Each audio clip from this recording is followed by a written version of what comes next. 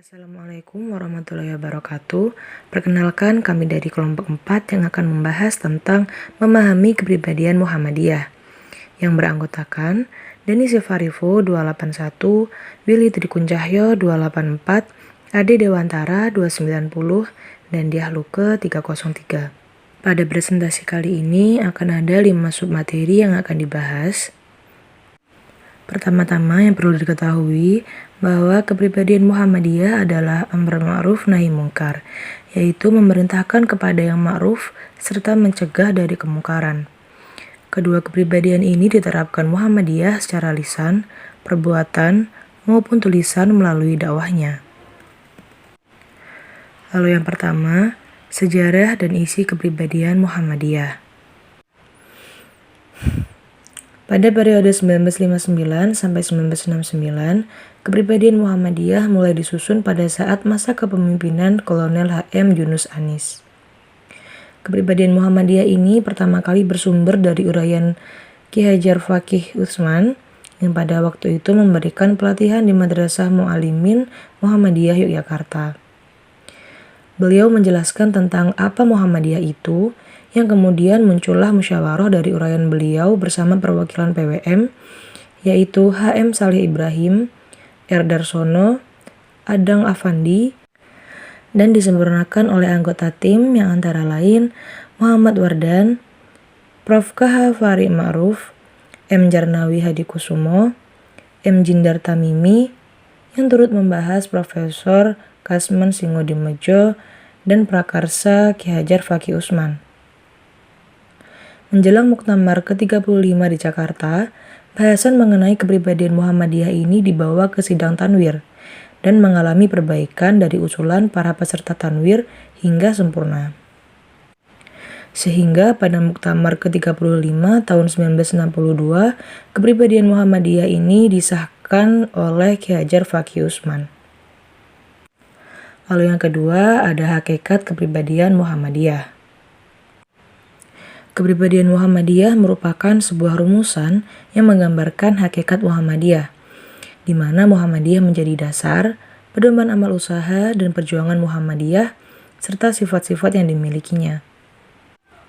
Maka dari itu, kehidupan setiap warga Muhammadiyah tidak pernah lepas dari kepribadian Muhammadiyah, mulai dari kehidupan pribadi, lingkungan keluarga, lingkungan bermasyarakat, dan lingkungan berbangsa serta bernegara.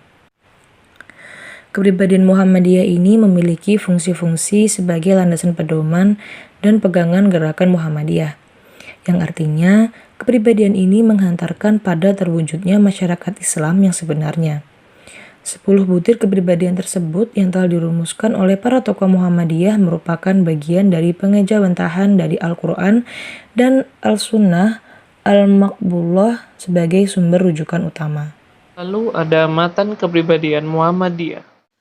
Apakah Muhammadiyah itu?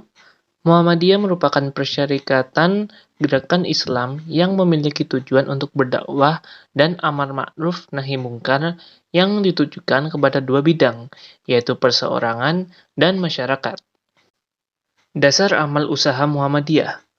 Gerakan dan amal Muhammadiyah berdasar kepada prinsip-prinsip yang tercantum dalam mukadimah anggaran dasar, yaitu yang pertama adalah hidup manusia harus berdasar tauhid, ibadah, dan taat kepada Allah. Yang kedua adalah hidup manusia bermasyarakat.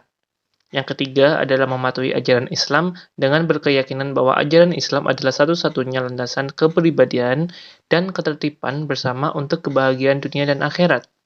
Yang keempat adalah menegakkan dan menjunjung tinggi agama Islam dalam masyarakat adalah kewajiban sebagai ibadah kepada Allah dan ihsan kepada sesama manusia.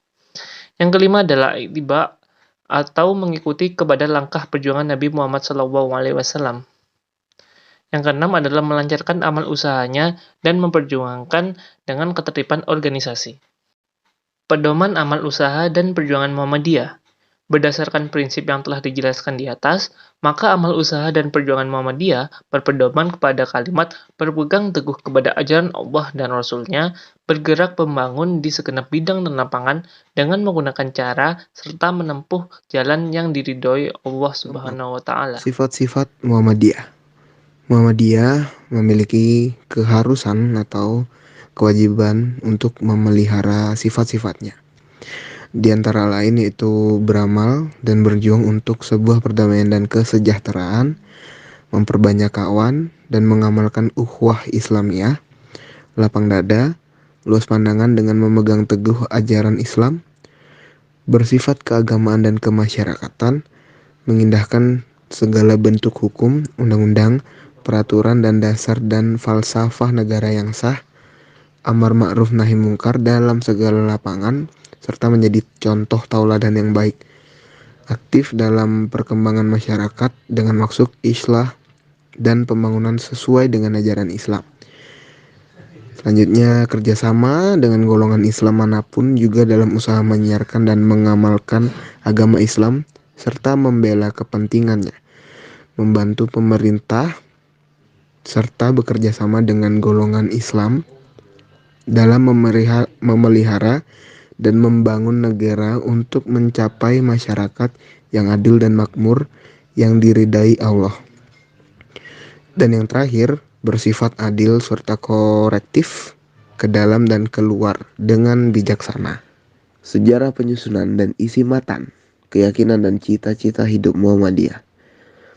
Sejarah membuktikan bahwa matan keyakinan dan cita-cita hidup Muhammadiyah ini diputuskan dalam Sidang Tanwir Muhammadiyah 1969 di Ponorogo untuk menjalankan amanat muktabar.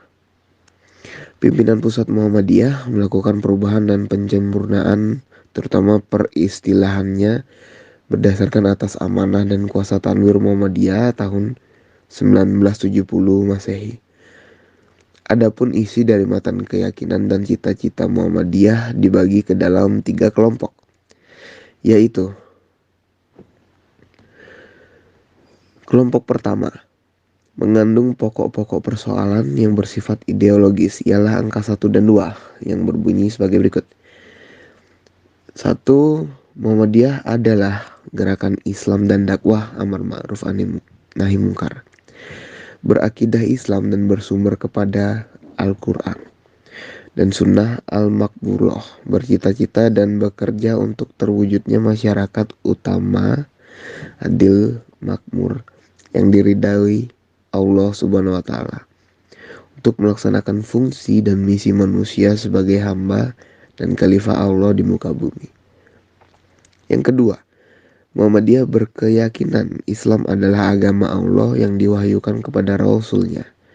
Sejak Nabi Adam, Nuh, Ibrahim, Musa, dan Isa dan seterusnya, sampai kepada Nabi penutup Muhammad SAW, sebagai hidayah dan rahmat Allah bagi umat manusia sepanjang masa dan menjamin kesejahteraan hidup baik material, spiritual, duniawi, dan ukhrawi.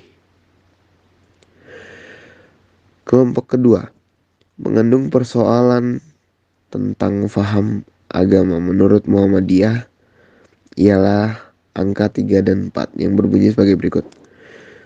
Poin ketiga, Muhammadiyah dalam mengamalkan Islam berdasarkan kepada 2 sumber, yaitu yang pertama Al-Quran, yang seperti kita tahu kitab Allah yang diwahyukan kepada Nabi Muhammad SAW.